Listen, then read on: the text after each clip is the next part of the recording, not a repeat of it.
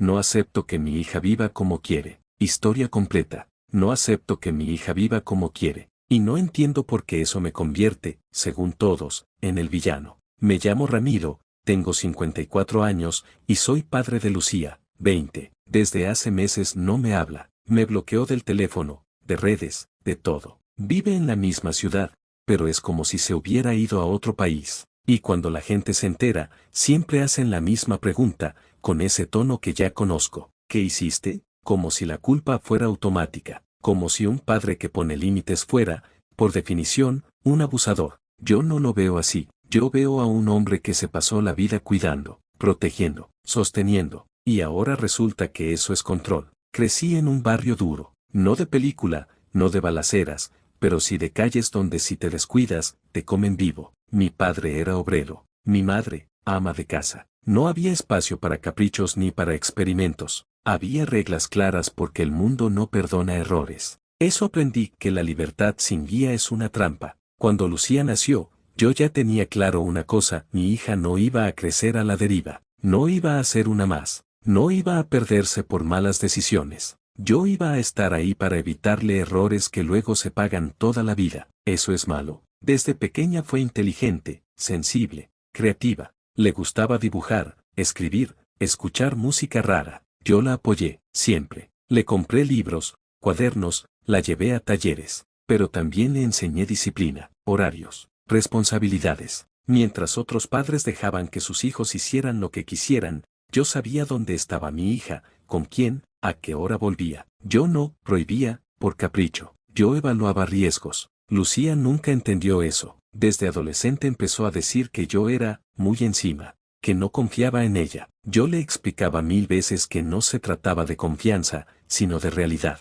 El mundo no es amable con las chicas jóvenes, y menos con las ingenuas. Cuando empezó la universidad, la cosa se complicó. Eligió estudiar artes visuales. Yo me opuse, no porque no me gustara el arte, sino porque sé cómo funciona la vida. ¿De qué vas a vivir?, le pregunté. De lo que me guste, respondió. Esa frase siempre me ha parecido una irresponsabilidad disfrazada de valentía. Aún así, acepté. Puse una condición: que viviera en casa mientras estudiaba. No iba a pagar alquiler para que anduviera haciendo quién sabe qué. En mi casa tenía techo, comida, estabilidad. Ella aceptó, en teoría, pero la universidad le abrió un mundo que yo no podía controlar del todo. Nuevos amigos, nuevas ideas, gente que le decía que todo es relativo, que nadie tiene derecho a decirte cómo vivir, que los padres no entienden. Empezó a llegar más tarde, a vestirse distinto, a cuestionar todo. Yo no me quedé de brazos cruzados. Le pedí que avisara, le pedí que no se quedara hasta la madrugada, le pedí que no trajera desconocidos a la casa. Cosas básicas, cosas de padre. Ella empezó a llamarlo ahogo. Papá, ya no soy una niña, me decía. Precisamente porque no lo eres, le respondía, tienes que ser responsable. Nunca le pegué, nunca le grité como un loco, pero sí fui firme. Cuando algo no me parecía, lo decía. Cuando cruzaba un límite, había consecuencias. No castigos arbitrarios, consecuencias. Si llegaba tarde sin avisar, no salía el fin de semana siguiente. Si faltaba a clases, se hablaba. Si mentía, se perdía confianza. Eso no es cárcel, eso es educación. El verdadero quiebre empezó cuando conoció a Mateo, un chico mayor, 25, barba, tatuajes, ideas, alternativas, músico. Vivía de tocar en bares y proyectos. Desde el primer momento supe que no era buena influencia. Lucía estaba encantada. Yo vi peligro. No le prohibí verlo al inicio. Observé, escuché, pero cada cosa que me contaba confirmaba mis sospechas. No tenía trabajo fijo, se movía de noche, vivía el día a día. Ese chico no tiene rumbo, le dije una vez. Tiene sueños, respondió ella. Los sueños no pagan cuentas, le dije. A partir de ahí, empezó la guerra. Lucía quería irse a vivir con él. Yo me negué rotundamente. Mientras dependas de mí, no, le dije. No voy a financiar un error. Ella gritó que no quería mi dinero. Yo le recordé que vivía bajo mi techo. Entonces me voy, amenazó. Cuando puedas mantenerte sola, le respondí. No antes. Ahí empezó a decir que yo la controlaba con dinero. Como si darle casa y comida fuera chantaje. Como si yo fuera el malo por no soltarla al vacío. Empezó a pasar más tiempo fuera, a mentir, a esconder cosas. Yo lo notaba. Un padre siempre lo nota. Revisé su mochila una vez. Encontré pastillas. No drogas duras, pero sí cosas que no necesitaba. Cuando la confronté, explotó. No tienes derecho, gritó. Tengo todo el derecho, respondí. Soy tu padre. Esa frase la enfureció más que nada. Eso no te da derecho a invadir mi vida, me dijo. Invadir. Otra palabra moderna. Le expliqué que no estaba invadiendo, estaba previniendo, que no quería verla perdida, embarazada, enferma, abandonada por un tipo sin futuro. No confías en mí, me dijo llorando. Confío más en mi experiencia, le respondí, y lo dije convencido. Las discusiones se volvieron más frecuentes. Ella empezó a decir que tenía miedo de mí. Eso me dolió profundamente. ¿Miedo de qué? Le pregunté. De que te diga la verdad, de no poder ser yo, respondió. Esa respuesta me pareció una exageración adolescente, pero la cosa escaló cuando decidió irse a vivir con Mateo sin avisar. Se llevó ropa, documentos, cosas personales. Me enteré por un mensaje. Me voy. Necesito vivir mi vida. Sentí que me arrancaban algo del pecho. Fui a buscarla, no a hacerle daño, a traerla de vuelta, a hablar, a hacerla entrar en razón. Cuando llegué al departamento de Mateo, ella no quiso salir. Él salió a hablar conmigo, como si fuera el dueño de la situación. Lucía es adulta, me dijo. Déjala decidir. No recuerdo exactamente qué le dije. Recuerdo la rabia, la sensación de que me estaban robando a mi hija. Le dije que él la estaba manipulando, que se estaba aprovechando, que no tenía derecho a separarla de su familia. Lucía salió y se puso delante de él. Papá, basta, me dijo. No vuelvas. Esa imagen me persigue todavía. Mi hija protegiendo a un extraño, de mí. Volví a casa sintiéndome traicionado, desplazado, inútil. Los días siguientes fueron una pesadilla, llamadas que no contestaba, mensajes sin respuesta, y luego, el golpe final, una denuncia por violencia psicológica. Eso sí que no lo entendí, violencia. Yo, que nunca levanté una mano, me llamaron para una mediación. Ahí escuché cosas que nunca pensé que diría mi hija, que yo la hacía sentir culpable por existir, que controlaba su dinero, su tiempo, sus amistades, que vivía con miedo de decepcionarme, que mi casa era una prisión emocional. Escuché todo eso con incredulidad.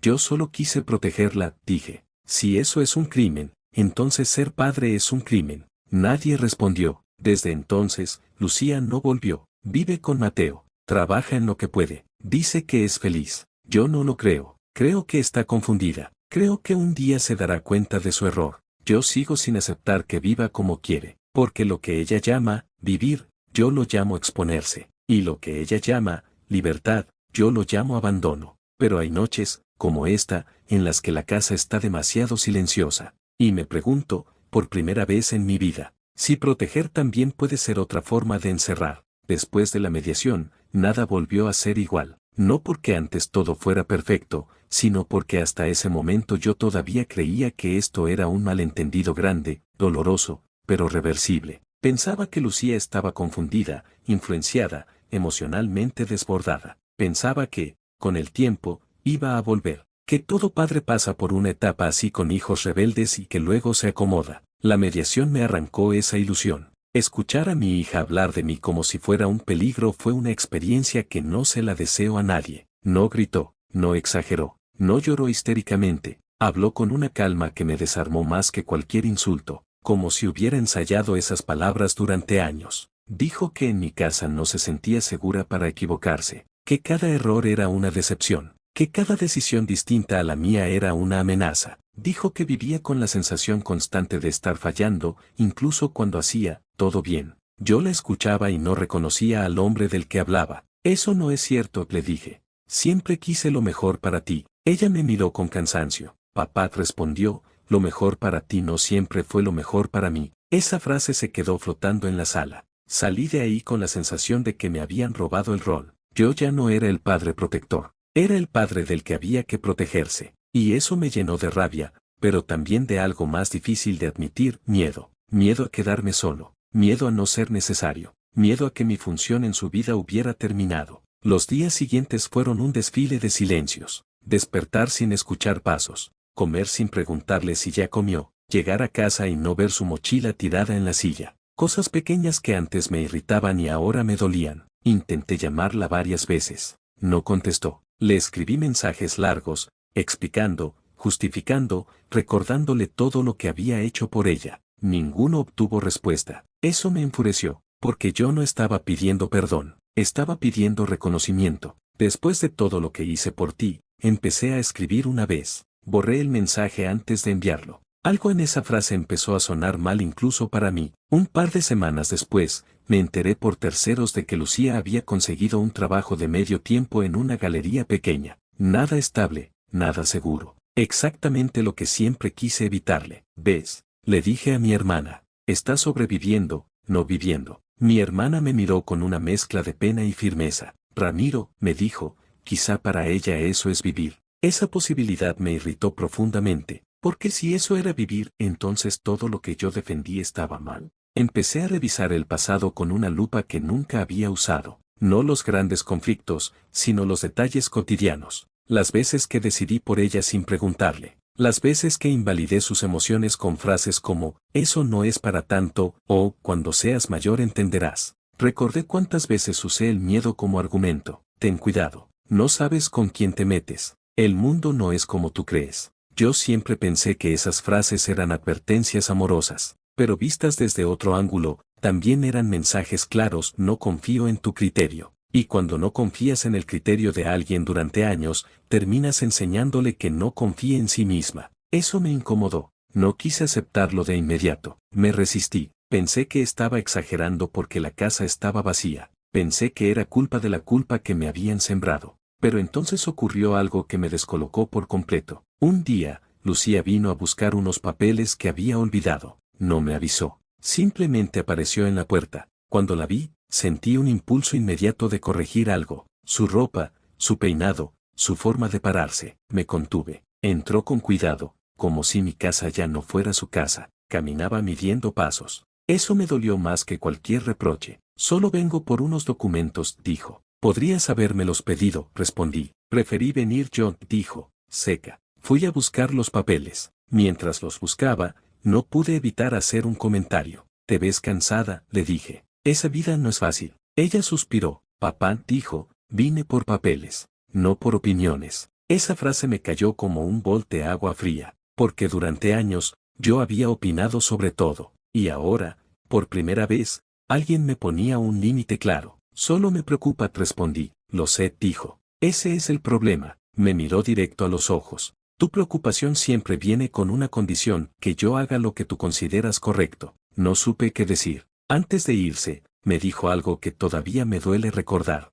No me fui porque no me amaras. Me fui porque tu amor no me dejaba respirar. Cuando cerró la puerta, me quedé parado en el pasillo durante varios minutos. Sentí algo quebrarse por dentro. No fue orgullo. Fue una certeza incómoda. Mi forma de amar podía estar dañando. Esa noche casi no dormí. Empecé a preguntarme cosas que nunca me había permitido preguntar. ¿En qué momento cuidar se volvió vigilar? ¿En qué momento guiar se volvió decidir por ella? ¿Cuántas veces confundí experiencia con autoridad absoluta? Yo siempre creí que un buen padre es el que evita que su hijo sufra, pero nadie me dijo que evitar todo sufrimiento también impide crecer. Recordé una frase que le dije a Lucía cuando tenía 15 años y quería irse de viaje con amigas. Mientras vivas bajo este techo, haces lo que yo diga. En ese momento me pareció normal. Hoy me pregunté cuántas veces ese techo fue usado como jaula emocional. No dormí pensando en eso. Pasaron más semanas. Lucía no volvió. Mateo siguió ahí. Yo seguía convencido de que él era una mala influencia,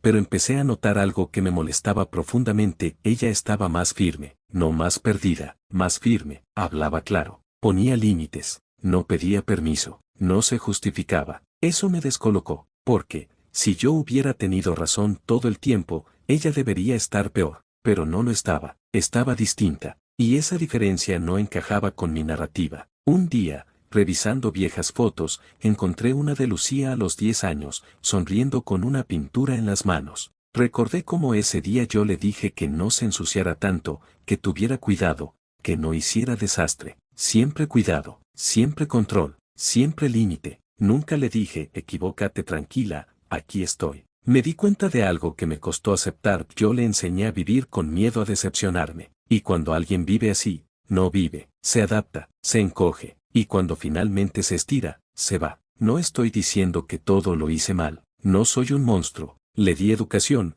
estabilidad, presencia, pero también le di algo que no supe medir, culpa. Culpa por querer algo distinto. culpa por pensar diferente, culpa por no ser la hija que yo imaginé. Eso no lo vi antes, no quise verlo. Todavía no acepto del todo que Lucía viva como quiere. Una parte de mí sigue creyendo que el mundo la va a lastimar y que yo tenía razón, pero otra parte, una que recién empieza a hablar, se pregunta si el precio de mi protección fue demasiado alto, porque proteger no debería implicar perder a quien amas. Y por primera vez, empiezo a temer que, en mi intento de salvarla del mundo, la haya empujado directamente fuera de mi vida. Durante mucho tiempo creí que el dolor que sentía era injusticia, que me habían arrebatado a mi hija, que me habían convertido en un villano cuando yo solo había cumplido mi deber. Esa idea me sostuvo al principio, me permitió levantarme cada mañana sin aceptar algo que me resultaba insoportable, que tal vez Lucía no se fue a pesar de mí, sino por mí. Ese pensamiento tardó en llegar, y cuando llegó,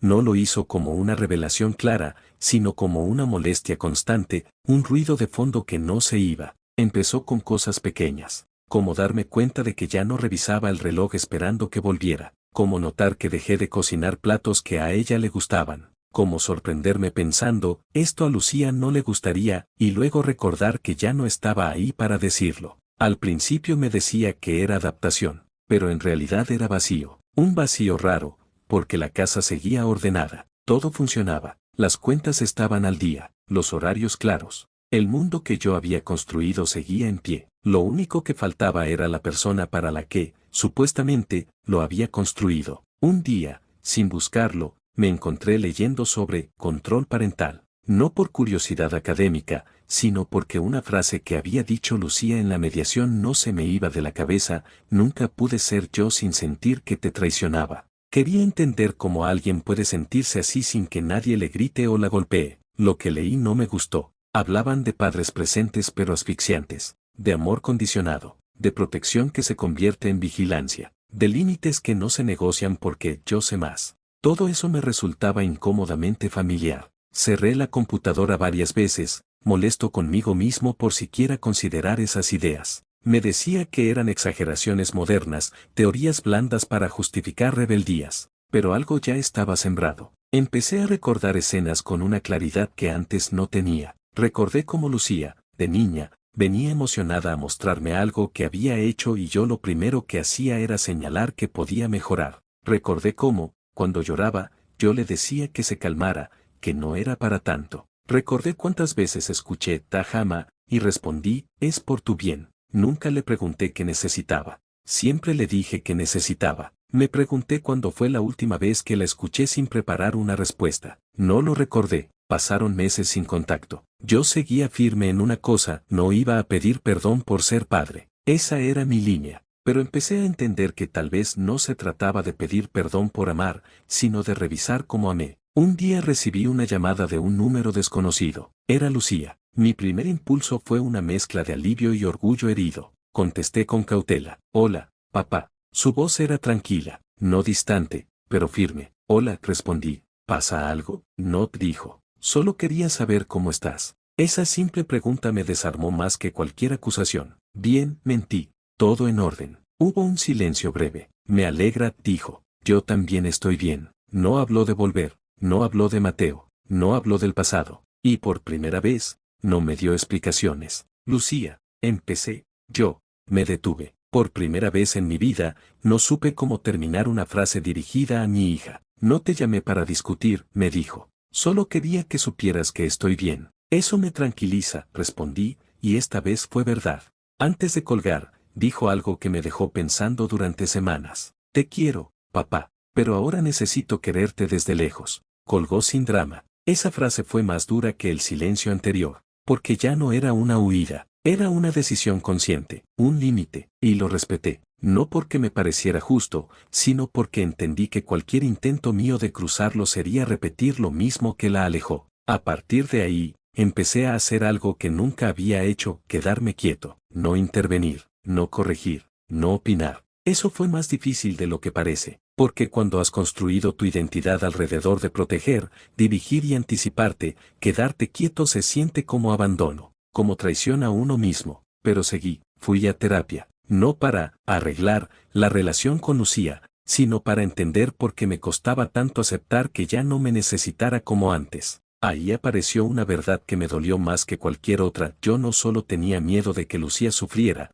tenía miedo de dejar de ser indispensable. Ser necesario me daba sentido, me daba lugar, me daba control. Y cuando ella empezó a construir su vida sin necesitar mi permiso, yo lo viví como una amenaza, no como un logro. Eso no me convierte en un monstruo, pero sí me obliga a aceptar algo incómodo. Mi amor estaba mezclado con posesión. Nunca quise encerrarla, pero tampoco quise soltarla. Con el tiempo, empecé a notar cambios en mí, pequeños, casi invisibles. Dejé de corregir mentalmente a la gente. Empecé a escuchar más, a preguntar menos desde el miedo y más desde la curiosidad. Un año después, Lucía volvió a mi casa por primera vez desde que se fue, no a vivir, a tomar un café. La vi llegar más segura, no desafiante, no defensiva, simplemente segura. Hablamos de cosas simples, de su trabajo, de un proyecto artístico. Yo escuché, de verdad escuché. Sentí ganas de advertirle cosas, de prevenirla, de señalar riesgos. No lo hice. En un momento me miró y dijo, gracias por no decirme qué hacer. Sonreí.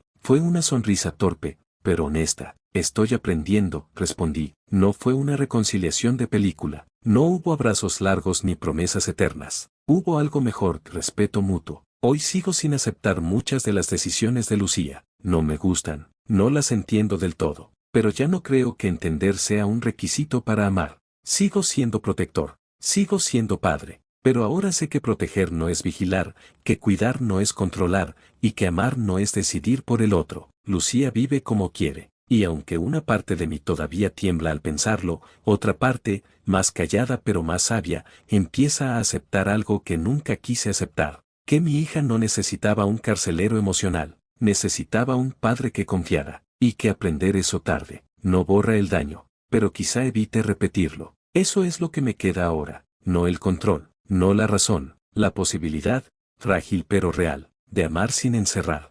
Cada historia tiene un eco. ¿Escuchaste el tuyo? Dale a like, comenta, comparte y suscríbete y acompáñame en los próximos relatos. Soy Narrox, y esto es Ecos de la Cueva.